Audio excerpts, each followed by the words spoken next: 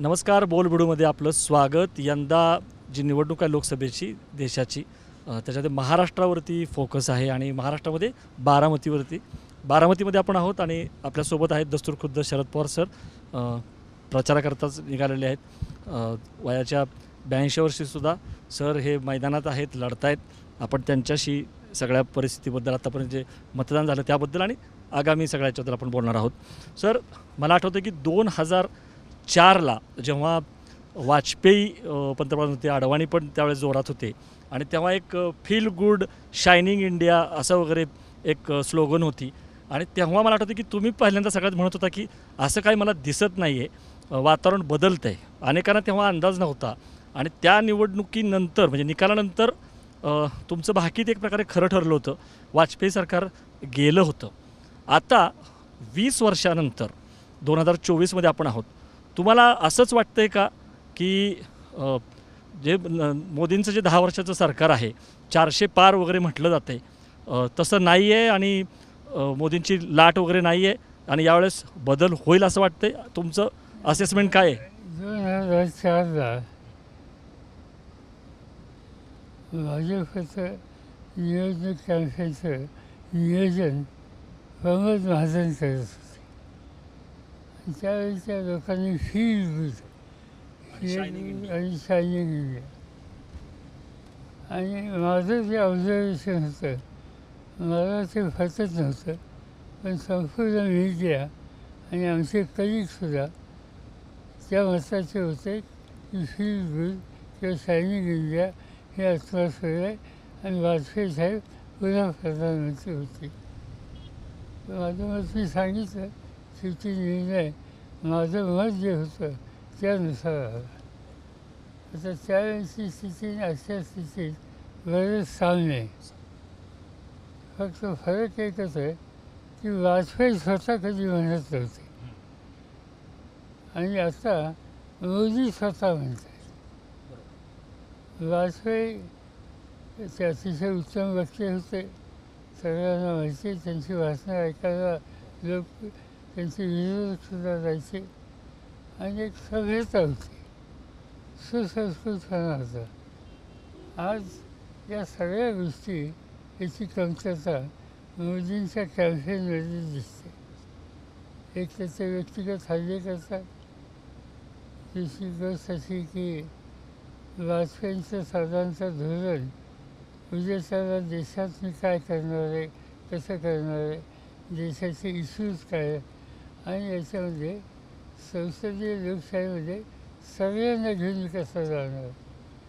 आजचे जे प्रधानमंत्री आहेत ते सगळ्यांना घेऊन जायचा प्रश्नच नाही आणि त्यांचं एकंदर धोरण बघितल्याच्या नंतर त्यांच्यावर जावं असंही कोणाला वाटत नाही आणि त्यांचा सगळा अप्रोच हा 400 जागा मिळू, अमुक करू, तमुक करू या प्रकारच्या स्लोगन देणं, घोषणा करणं, ज्याला काही आधार नाही अशा पद्धतीचं आहे. आणि माझ्या जे दर्जातनं पाहणं होतं आहे त्याच्यामध्ये लोकांना हे पसंत नाही आणि लोक परिवर्तनाला उत्सुक आहेत आणि ते परिवर्तन निवडणुकीचं काउंटिंग ज्यावेळी येईल त्यावेळेला आपल्या ध्यानात 4 जूनला साधारणतः लक्षात येईल. बरोबर तुम्ही म्हणता तसं. सर, त्यामुळंच मोदी व्यक्तिगत हल्ले करतायत, 400 पार, वाजपेयी आणि मोदी, आता तुम्ही फरक सांगितला. त्यामुळंच तुम्ही पण असं म्हणताय की मोदींचा जो प्रवास आहे तो पुतीन यांच्या पद्धतीने म्हणून चालला आहे, असं पण तुमचं वक्तव्य. तुम्हाला असं का वाटतंय की निवडणुकाच होणार नाहीत? अनेक जण म्हणतात, म्हणजे तुम्ही एकटेच नाही, की आता ह्याच्यानंतर निवडणुकाच होणार नाहीत, संविधान बदललं जाईल आणि दुसरीकडं मोदी म्हणतात की असं काही नाही आहे, खुद्द बाबासाहेब आंबेडकर जरी आले तरी संविधान बदलणं शक्य नाही आहे. मग तुम्हाला असं का वाटतंय, म्हणजे तुम्ही आणि इतर अनेक जणांना? त्याला उदाहरण आहेत. आता बघा, की निवडणुकीला सामोरं जायला अनेक पक्ष असतात, त्या पक्षाचे नेते असतात आणि निवडणुकी हे वातावरणामध्ये व्हावेत निपक्षपातीपणाने निवडणूक यंत्रणेनं निवडणुका आयोजित कराव्यात अशी साहजिकच प्रत्येकाची अपेक्षा असते, पण ते अजिबात दिसत नाही. आज जो विरोधक आहे तो विरोधक विरोध करतो हे मोदी साहेबांना डायजेस्ट होत नाही. त्याची 2 उदाहरणं देतो. झारखंडसारखं आदिवासींचं राज्य, आदिवासी मुख्यमंत्री, आणि त्यांनी मोदींच्या धोरणावर टीका केली, सरकारवर टीका केली, आणि त्याचा परिणाम तुम्ही गव्हर्नमेंटवर टीका केली, हे सहन झालं नाही. आणि त्याचा परिणाम त्याच्या टीकेला उत्तर दिलं असतं तर मी समजू शकतो. पण ते उत्तर द्यायच्याऐवजी त्या मुख्यमंत्र्याला जेलमध्ये घातलं. किंवा देशाची राजधानी दिल्ली, तिथे गेले 2-3 टर्म लोकांनी अरविंद केजरीवाल यांना निवडून दिलं. त्यांनी अनेक पद्धतीनं नवीन उपक्रम आपल्या राज्यात घेतला. उदाहरणार्थ आरोग्याच्यासाठी अधिक सवलती, शिक्षणाच्या क्षेत्रात अधिक गुणवत्ता आणि सुविधा, असे अनेक कार्यक्रम त्यांनी राबवले. आणि त्यासाठी त्यांच्या कामाच्या पद्धती आणि प्रशासन हे बघण्यासाठी देशाच्या बाहेरूनसुद्धा विकसित कंट्रीचे लोक यायचे. आता या पद्धतीनं एक चांगलं काम करणारा मुख्यमंत्री कुठंतरी काहीतरी कारण काढलं आणि आज सगळं तुरुंगात टाकलं. शेवटी पुतीन म्हणजे अगदी पुतीन मी म्हणत नाही, पण पुतीनने त्याचे विरोधक आहेत त्या विरोधकांना तुरुंगात टाकलं हे वाचायला मिळतं. आज या ठिकाणी तशाच पद्धतीनं सत्ताधाऱ्यांचा विरोध याचा अर्थ फार मोठा गुन्हा समजून त्याला तुरुंगात टाकण्याचं काम होतं आहे. याची 2 दर्दशीर उदाहरणं मी आपल्या सगळ्यांना दिली. बरं सर, अगदी म्हणजे तुम्ही जी उदाहरणं दिली आपल्याला महाराष्ट्रात कधी कधी बघायला मिळतं की आता अभिजित पाटील हे जे तुमच्यासोबत होते पंढरपूरच्या भागातले, आणि त्यांनासुद्धा अशी चर्चा आहे की नामोहरम करण्यात आलं त्यांच्या जुनं कुठलं प्रकरण काढून, आणि ते सुद्धा आता कदाचित भाजपमध्ये प्रवेश करू शकतात. त्यामुळे नुसतं दिल्ली ना, गल्ली ते दिल्ली हे सगळं आपल्याला दिसतंय. सर, तुम्ही कधी बघितलं होतं का अशी राजवट इंदिरा गांधींच्या आणीबाणीशी तुलना केली जाते, किंवा असं विचारतं की बघा इंदिरा गांधींनी तर आणीबाण आणली होती, मोदींनी तर तसं केलेलं नाही. पण ED, CBIचा या सगळ्या संस्थांचा जो वापर होतोय, आता मोदींनी असं उत्तर दिलं की फक्त 3% लोक हे राजकीय आहेत, बाकी 97% लोक हे राजकीय नाही आहेत. पण 3%मध्ये 99% लोक हे विरोधी आहेत हे नाही सांगितलं जात. त्यात भाजपचे किती? 99 जवळपास सगळं. जवळपास सगळे. आज या एजन्सीचा पुरेपूर गैरवापर कसा होतो हे पाहायचं असेल तर मोदींचा कालखंड बघावा. आणि त्यांनी या सगळ्या एजन्सीचा पूर्ण वापर विरोधकांना नियंत्रित करायला केलेला आहे, आणि ते अजून चालू आहे. नुसतं जर एवढं नाही आहे, ज्यांच्यावरती ते आरोप करतायत त्यातले काही जण तुरुंगात जात आहेत, नाहीतर भाजपमध्ये जात आहेत, आणि अनेकांना मंत्रीपद दिली जात आहेत. म्हणजे महाराष्ट्रामध्ये आपण बघितलं, नारायण राणेवरती आरोप झाले, अजित पवारांवरती आरोप झाले, अशोक चव्हाण यांच्यावरती आरोप झाले, कुणाला उपमुख्यमंत्री केलं, कुणाला अर्थमंत्री केलं, कुणाला केंद्रीय मंत्री केलं, कुणाला राज्यसभा सदस्य केलं. पण माझा प्रश्न असा आहे की या सगळ्याचा पडसाद निवडणुकांमध्ये मतदानामध्ये होईल का? ज्या पद्धतीनं फोडाफोडी पण झाली, शिवसेना पक्ष फोडला गेला, राष्ट्रवादी पक्ष फोडला गेला, आणि हे ED, CBIचा धाक दाखवून, तर कुठंतरी जनता याचा विचार करते, हे मुद्दे आहेत असं तुम्हाला वाटतं का? नक्की आहेत असं वाटतं. माझी खात्री आहे की लोक आज गप्प आहेत. आज एक प्रकारचा मोदींची दहशत आहे, आणि त्या दहशतीवर लोक प्रतिक्रिया देत नाहीत. पण मताला ज्यावेळी जातील त्यावेळेला प्रतिक्रिया मिळेल, आणि ती प्रतिक्रिया मोदींची विरोधी असेल याच्यात माझ्या मनात शंका नाही. बरोबर. सर, दुसरं तुम्ही जसं म्हणाला की व्यक्तिगत हल्ले, म्हणजे मोदी 2014ला जेव्हा आले पंतप्रधान व्हायच्या आधी, तेव्हा ते नॅचरल करप्ट पार्टी, काकांची आणि पुतण्याची गुलामगिरी वगैरे असं म्हणत होते. त्याच्यानंतर 2019ला ते स्वतः नाही आले, पण अमित शहा असं म्हणाले की पवारांनी शेतीसाठी काय केलं, त्यांनी महाराष्ट्रासाठी काय केलं. आता मोदी इथं नाही पण शिर्डीला मध्ये नाव न घेता म्हणाले होते की कृषीसाठी काय केलं. एकीकडं ते तुमचं बोट धरून राजकारणात आले असं म्हणतात, पद्मविभूषण देतात, म्हणजे निवडणुका नसताना ते तुमचं कौतुक करत असतात, आणि निवडणुका असताना. यावेळी पुण्यात जेव्हा सभा झाली तेव्हा तर त्यांनी भटकती आत्मा असा उल्लेख केला. तर हे काय आहे? म्हणजे मला म्हणायचं की हे मोदींची दोन रूपं दिसतात, निवडणूक नसताना, निवडणूक असताना. आणि अशा पद्धतीची भाषा जी आहे, भटकती आत्मा वगैरे, ही काय खरं त्यांच्या पक्षातल्या पण अनेकांना रुचली नसेल, स्पष्टपणे कोणी सांगत नसलं तरी. पण तुम्ही या सगळ्याकडे कसं बघताय? असं आहे की मोदी ज्या वेळेला त्यांना जे साध्य करायचे ते साध्य करण्याची स्थिती राहत नाही.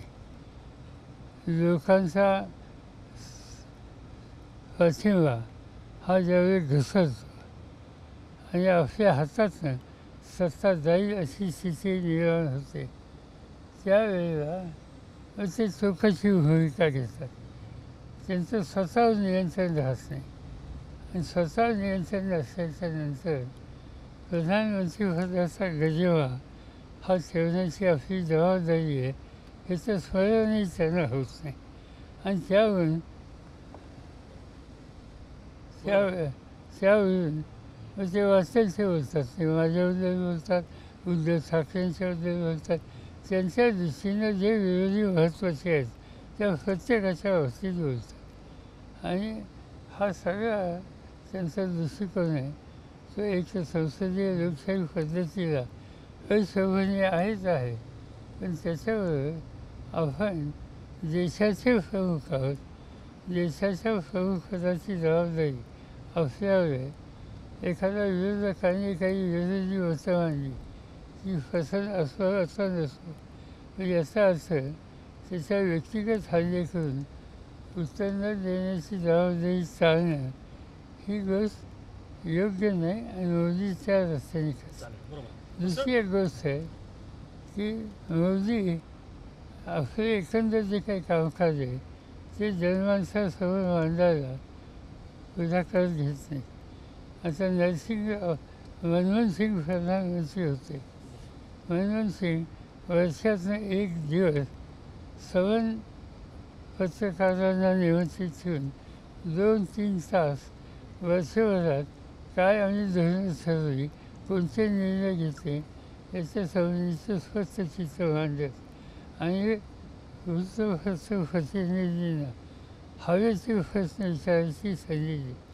हे त्यांनी 10 वर्ष प्रधानमंत्री होते, 10 वर्ष केलं. पण या 10 वर्षामध्ये मोदींनी एकदाही पत्रकारांना वेळ दिला नाही. त्यांना आपलं काही कर्तृत्व ते सांगितलं नाही. पत्रकार परिषद घेतली नाही एक सुद्धा 10 वर्षात. एकही पत्रकार परिषद घेतली नाही आणि त्यांची प्रश्न त्याला उत्तर द्यायची भूमिका त्यांनी ठेवली नाही. याचा अर्थ असाच आहे की लोकांशी मीडियाशी सुसंवाद ठेवणं याच्यावरच त्यांचा विश्वास आहे. सर, दुसरं आपण एक बघतोय की महाराष्ट्रामध्ये जर बघायचं म्हटलं तर आता फडणवीस किंवा अजित पवार हे सुद्धा म्हणतात की बारामतीची निवडणूक ही मोदी विरुद्ध राहुल आहे. आपल्याला दिसतंय की तर राहुल गांधींचा वगैरे काही प्रश्नच नाही आहे. पण कुठंतरी पवार विरुद्ध पवार असा जो घाट भाजपने घातला आणि त्यातून सुनेत्रा पवारांना उभं करण्यात आलं, किंवा तिकडं ठाकरेंच्या विरोधात आता राज ठाकरेंना जवळ घेतलेलं आहे. म्हणजे ठाकरे आणि पवार यांना जर नामोहरम करायचं असेल तर पवार किंवा ठाकरेच लागतील अशी एक रणनीती दिसते आहे. पण या सगळ्यातनं महाराष्ट्रामध्ये मोदी विरुद्ध ठाकरे आणि पवार अशी ही निवडणूक होती असं वाटतंय, किंवा असं एक नरेटिव्ह आहे. तुम्हाला पण असं वाटतंय का? आम्हाला काय असं वाटत नाही. आम्हाला जे योग्य नाही ते अयोग्य आहे ते अयोग्य सांगले, योग्य नाही ते योग्य सांगले, तिची आवश्यकता आहे. आम्ही या निवडणुकीकडे या पद्धतीने बघतो की ही निवडणूक देशाची आहे, संसदेची आहे. आणि ज्या पद्धतीनं मोदी पावलं टाकतात, ज्या पद्धतीनं ते वक्तव्य करतात ते बघितल्याच्या नंतर या देशाची संसदीय लोकशाही आणि संविधान याच्यासमोर संकटाची स्थिती ते निर्माण करत आहेत. आणि आमची किंवा आम्हा लोकांची ज्यांचा विश्वास आहे संसदीय पद्धतीवर आणि संविधानावर, त्यांची नैतिक जबाबदारी आहे की मोदी करतात ते हिताचं नसेल तर त्याच्याबद्दल जनमत तयार करणे आणि आपली भूमिका स्पष्टपणाने मांडणे ते आम्ही करतो. सर, अजून एक आता मोदीने असं सुरू केलेलं आहे की बघा, मी पंतप्रधान होणार आहे, कारण ते मोदी की गॅरंटी म्हणतात, मोदी का परिवार म्हणतात किंवा हे सरकारसुद्धा मोदी सरकार आहे असं म्हटलं जातं. आणि ते आता म्हणतायत की इंडिया आघाडी कडं 5 वर्ष 5 पंतप्रधान असतील. म्हणजे ते त्यांच्याकडे जर सत्ता गेली तर ते 5 वर्षामध्ये 5 पंतप्रधान असतील असे त्यांनी सुरू केलेलं आहे. तर कुठंतरी तुम्ही मोदींच्या विरोधामध्ये चेहरा न देण्याचा जो निर्णय घेतला तर त्याला एक प्रकारे ते हे उत्तर देतात. तुम्हाला असं काय वाटतं यातून त्यांना असं म्हणायचं आहे की इंडिया आघाडी स्थिर किंवा स्टेबल गव्हर्नमेंट देऊ शकत नाही, त्यांचे 5 पंतप्रधान होतील. तर या टीकेला सर आपण कसं उत्तर द्या? असं की हा वेळेपण आहे. 5 पंतप्रधान वगैरे ही जी भूमिका त्यांनी मांडली ती अत्यंत चुकीची आहे. असं काही होणार नाही. हा देश लोकशाही पद्धती आणि प्रशासन पद्धती यासाठी आता मॅच्युअर झालेला आहे. आज जनमानसात या प्रश्नाच्या संबंधी अतिशय जागृती आहे. त्यामुळे मोदी सांगतात असं काही होणार नाही. हां, ते म्हणते मीच होणार आहे, मीच होणार आहे, ह्याची जर खात्री असती तर सतत ते सध्या बोलतात तसं बोलू शकले नसते. आज ते एक भूमिका मांडण्याचा प्रयत्न करत आहेत. त्यांना ठाऊक आहे ती भूमिका लोकांना पसंत नाही, पण तरी शेवटपर्यंत आपण प्रयत्न करावेत यासाठी त्यांची धडपड. तुम्हाला असं वाटत नाही की आपण कुठला तरी उमेदवार जाहीर करावा, ते त्यांना सोपं जातं? मोदी विरुद्ध राहुल किंवा मोदी विरुद्ध पवार, मोदी विरुद्ध केजरीवाल अशी जर निवडणूक झाली तर ती त्यांच्या सोयीची ठरेल असा त्यांचा मनसुबा एकंदरीत? त्यांचे काही असेल पण तसं होणार नाही आणि तसं आम्ही होऊन देणार नाही. आम्ही या देशाच्या लोकशाही पद्धतीला याचकांचाही त्रास होईल, नुकसान होईल असं काही होऊन देणार नाही. दुसरं एक सर असं जाणवलं की पहिल्या टप्प्यापर्यंत मोदींचा जो टोन होता किंवा एक होता तो कुठंतरी एक विकसित भारत, अमृतकाल, भारताची प्रगती होते वगैरे. पण पहिल्या टप्प्यानंतर एकदम त्यांनी मुस्लिमाला टार्गेट करणं सुरू केलं. जादा बच्चेवाले लोक, तुमची संपत्ती जी आहे काँग्रेसच्या जाहीरनाम्यावरती, जे काँग्रेसच्या जाहीरनाम्यामध्ये उल्लेख देखील नाही आहे हिंदू मुस्लिम किंवा ते संपत्तीचं वाटप करतील, तुमची संपत्ती जादा बच्चे ज्यांना आहेत त्यांना देतील, वारसा हक्क ते त्यांनी मागचं उकरून काढलं. किंवा मनमोहन सिंग असं म्हणाले होते की या देशातल्या रिसोर्सेसवरती पहिला अधिकार हा मुस्लिमांचा आहे. तर एकंदरीत हा रोख किंवा हा टोन का बदलला अचानक पहिल्या ह्याच्यानंतर? तुमचं असेसमेंट काय? बेसिकली त्यांच्या मनात जे आहे ती गरजची ओळखली. म्हणजे यापूर्वी ती दाखवत नव्हते उघडपणाने, करत होते. गुजरातमध्ये मुख्यमंत्री असताना त्यांचा अल्पसंख्याकांच्या बद्दलचा अफरोज काय होता तो देशाने पाहिला. नुसता देशाने पाहिला नाही, तो त्यावेळेचे प्रधानमंत्री अटल बिहारी वाजपेयी त्यांना सांगावं लागलं की राजधर्म पाळा. म्हणजे तेव्हापासून ते जे दिसतंय त्याचा अर्थ त्यांच्या स्वभावात, त्यांच्या कार्यपद्धतीमध्ये या गोष्टी आहेत. आणि आता तर काही देशाचं राज्य आलं. त्यांच्या पक्षात त्या काळामध्ये कुणी अटल बिहारी वाजपेयींच्यासारखे काही मान्यवर देशाचा विचार करणारे होते. आता तसंही कुणी नाही आहे. त्यामुळं त्यांना मुक्त स्वातंत्र्य आणि त्या स्वातंत्र्याचा गैरवापर कसा करायचा याबद्दलचे अनेक नमुने आता आपल्याला बघायला मिळतात. सर तुम्ही उदाहरणं दिली बरोबर आहे, पण आता आपला जो राजीनामा जाहीरनामा आलेला आहे, आपला जो NCP शरदचंद्र पवार गटाचा मॅनिफेस्टो आलेला आहे त्याच्यामध्ये आपण क्लिअर म्हटलेलं आहे की काश्मीरला पूर्ण राज्याचा दर्जा जो आहे तो आम्ही देऊ किंवा सच्चर समितीच्या ज्या शिफारशी आहेत त्याची अंमलबजावणी करू. आता इकडं मोदींनी इंडिया आघाडी परत आली तर 370 रद्द जो केलेला आहे तो परत लागू करतील. काही जण असं म्हणतात की CAA जो आहे तो आम्ही रद्द करू असं ते म्हणायला लागलेले आहेत. तर हे नेमकं काय आहे? मोदींचे हे जे निर्णय आहेत ते इंडिया आघाडीला जर संधी मिळाली तर बदलले जातील असं ते म्हणतायत, यात तथ्य आहे का? नाही, फरक असा आहे की आम्ही काय करणार या संबंधीचा जाहीरनामा दिला. त्या जाहीरनाम्यात त्याचा उल्लेखच नाही. अशा गोष्टी त्या होतील म्हणून सांगतात. याला काय अर्थ नाही. हा बुद्धिभेद आहे का? खोटेपण आहे. बुद्धिबळ हा शब्द योग्य नाही त्यांना. हा खोटेपण आहे. कारण जिथं नाहीच आहे, विचारच काय नाही. काँग्रेसच्या मॅनिफेस्टोमध्ये ज्या गोष्टी नाही आहेत, आमच्या नाही, ते असं आहे किंवा असं नसेल तर होण्याची शक्यता आहे. अशा पद्धतीची मांडणी ही सवर्ण समाजाची फसगत आहे. आणि प्रधानमंत्री पदावर एखादी व्यक्ती बसते, त्यांना त्या पदाचा जो गजवा ठेवायचा आहे, तो गजवाचं पूर्णपणानं विस्फोरण नाही, पण जाणून बुजून ते त्या पद्धतीची भूमिका मानतात.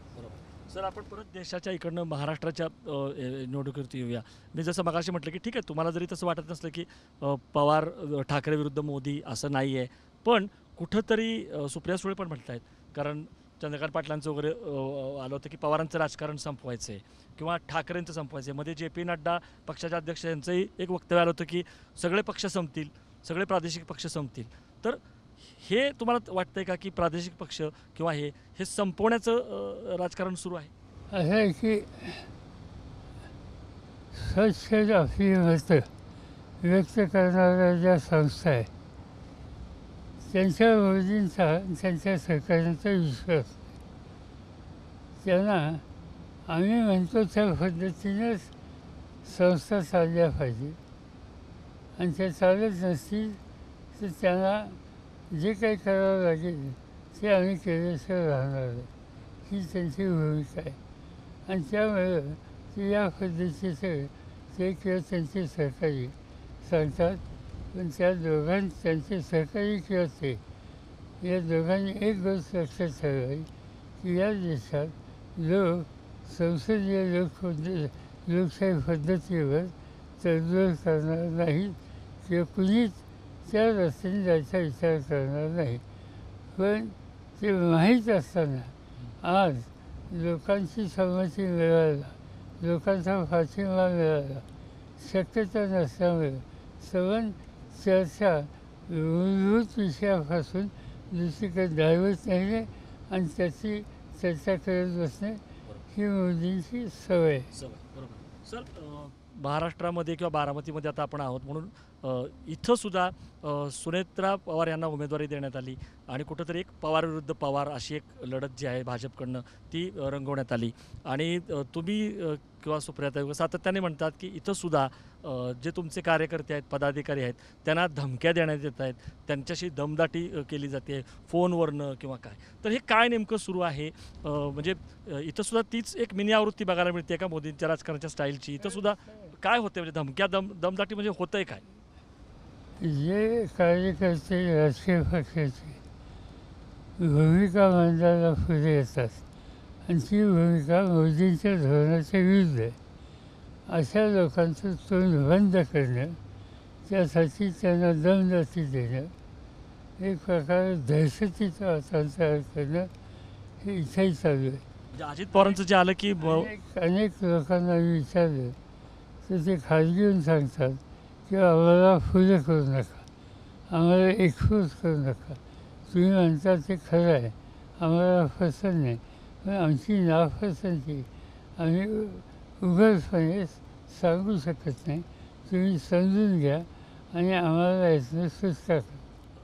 अजित पवारांनी जे विधान केलं की तुम्ही कचा बटणं दाबा, मी तुम्हाला जो निधी आहे तो देतो, म्हणजे सरळ सरळ तुम्ही मत दिलं तरच तुम्हाला निधी दिला जाईल असं म्हटलं जाते. आपण तक्रार देखील केली, पण निवडणूक आयोगाने ती फेटाळली.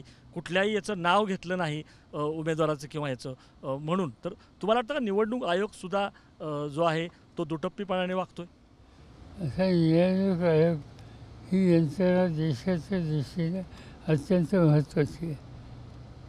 चुकीचं काम सरळ सरळ होते दिसतंय आणि हे दिसल्यानंतरसुद्धा त्याच्याकडे डोळे झाक करणं ही गोष्ट एवढंच सांगते की या यंत्रणा की ज्याच्या हातात देशाची निवडणूक आहे त्याच्याबद्दल सर्वसामान्य माणसाला शंका घ्यायला प्रचंड जागा होते. आणि हे निवडणूक पद्धती व्यवस्थित लक्षात ठेवून काम करणाऱ्या यंत्रणेला शोभत नाही. सर, सुरुवातीला असं वाटलं होतं की तुम्हाला बारामतीमध्ये अडकून ठेवण्यात येईल आणि इथं सुप्रिया सुळेंना ही निवडणूक अवघड जाईल. पण आता आम्ही बघतोय की तुम्ही सगळीकडे फिरत आहात. जवळपास आपले 10 उमेदवार आहेत राष्ट्रवादी आपल्या पक्षाचे आणि उद्धव ठाकरे किंवा काँग्रेस यांच्या देखील उमेदवारांच्या प्रचारासाठी देखील तुम्ही फिरत आहात. तरी पण साधारणतः तुम्हाला काय वाटतं, काय परिस्थिती राहील विशेषतः पश्चिम महाराष्ट्र हा जो बालेकिल्ला राहिलेला आहे राष्ट्रवादी पक्षाचा, तर तिथं काय परिस्थिती राहील असं आपलं असेसमेंट आहे? मला असं वाटतं की सगळं महाराष्ट्राचंच भाजपचे युद्ध जाणवत आहे. पश्चिम महाराष्ट्रामध्ये थोडी परिस्थिती वेगळी अशी आहे की आज ज्यांच्या हातात नेतृत्व आहे महाराष्ट्राचं त्याच्यात मुख्यमंत्री उपमुख्यमंत्री जे पश्चिम महाराष्ट्रातनं ठाण्यातनं येतात, या सगळ्यांचा दरारा या भागात इतका आहे की लोक याच्यामध्ये आपली मतं स्पष्ट करायला द्यायला पुढे येत नाही आणि त्याच्यामध्ये दमदाटीचाही भाग आहे जी यापूर्वी कधी या राज्यात घडलं नाही पण सध्या घडते.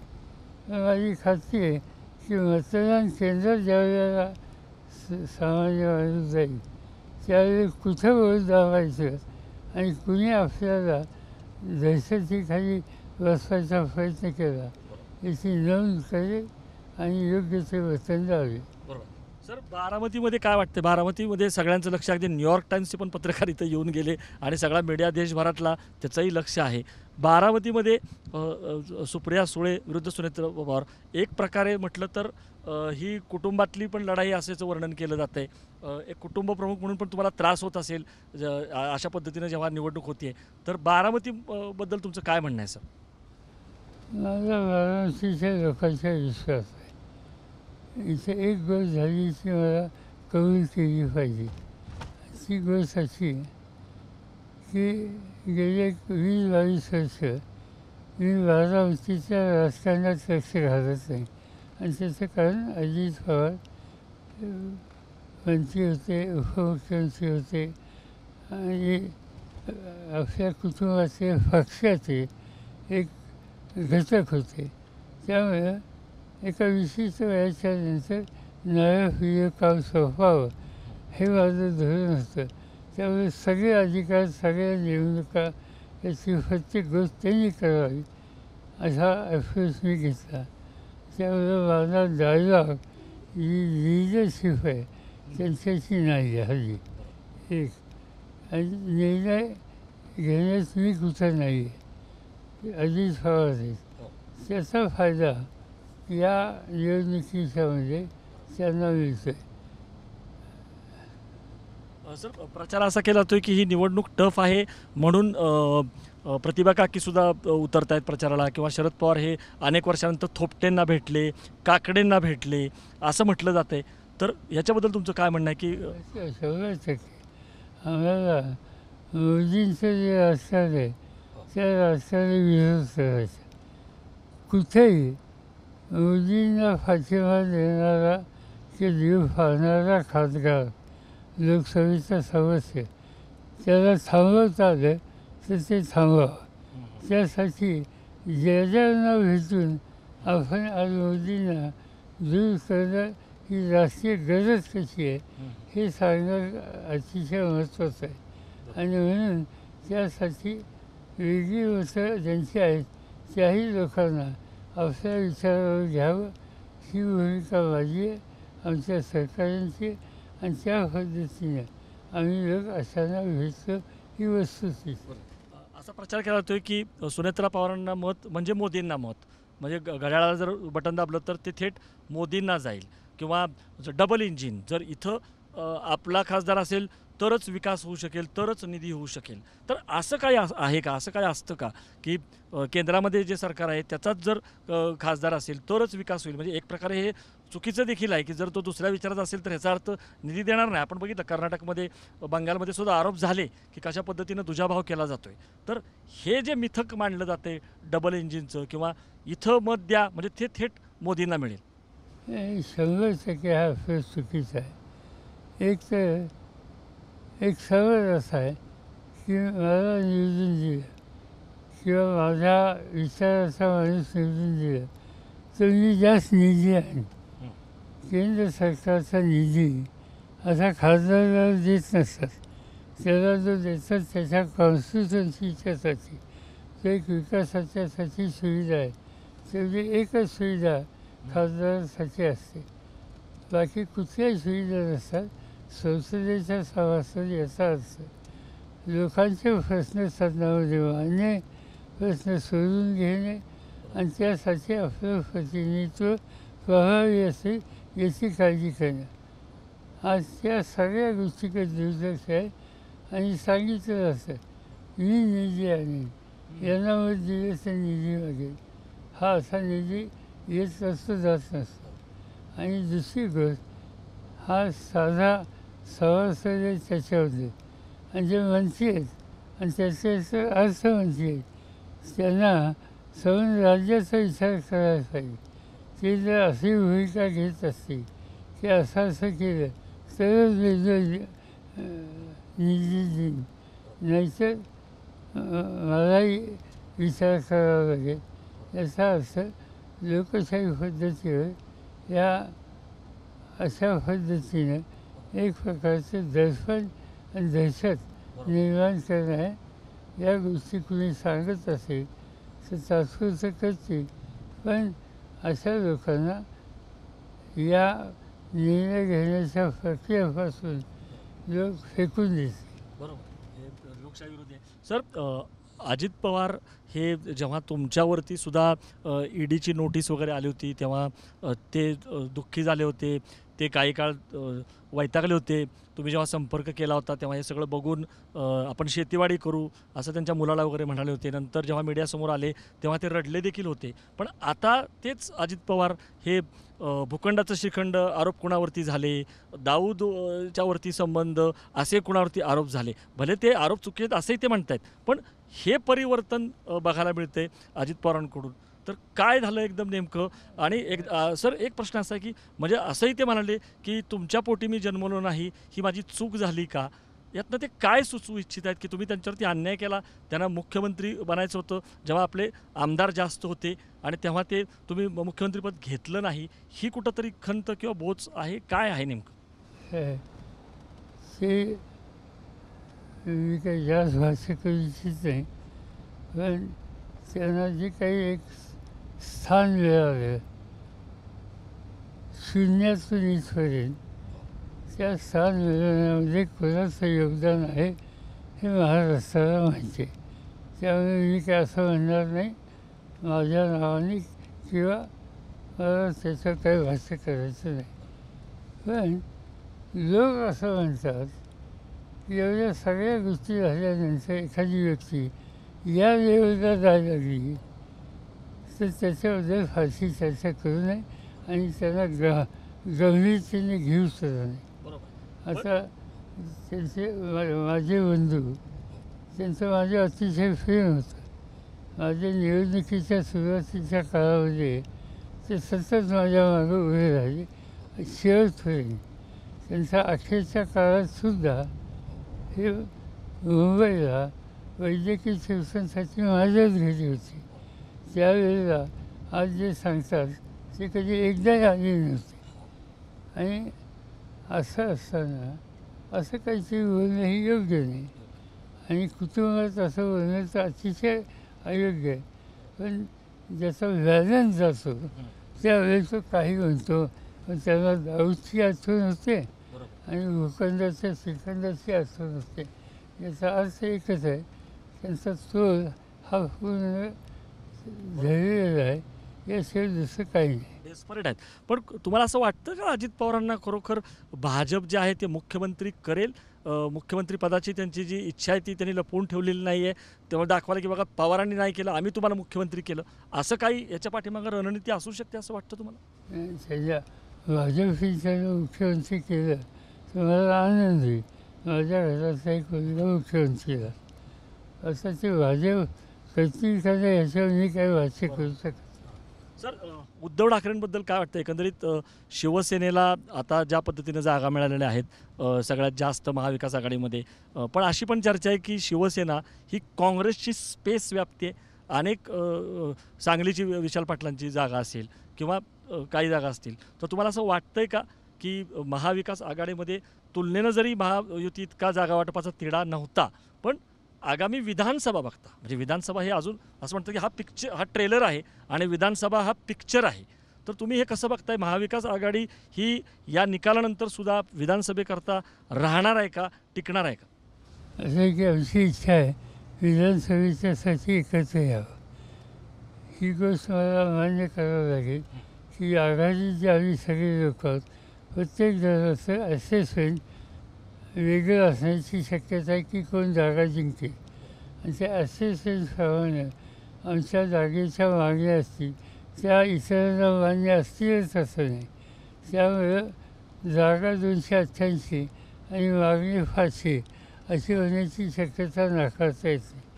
तरी सुसंवाद साधून त्याचा मार्ग कसा निघेल याचा प्रयत्न आम्ही नक्की करणार आहोत. आता म्हणजे त्यांनी सामंजस्य हे वाढू शकतं याचा माझा विश्वास आहे.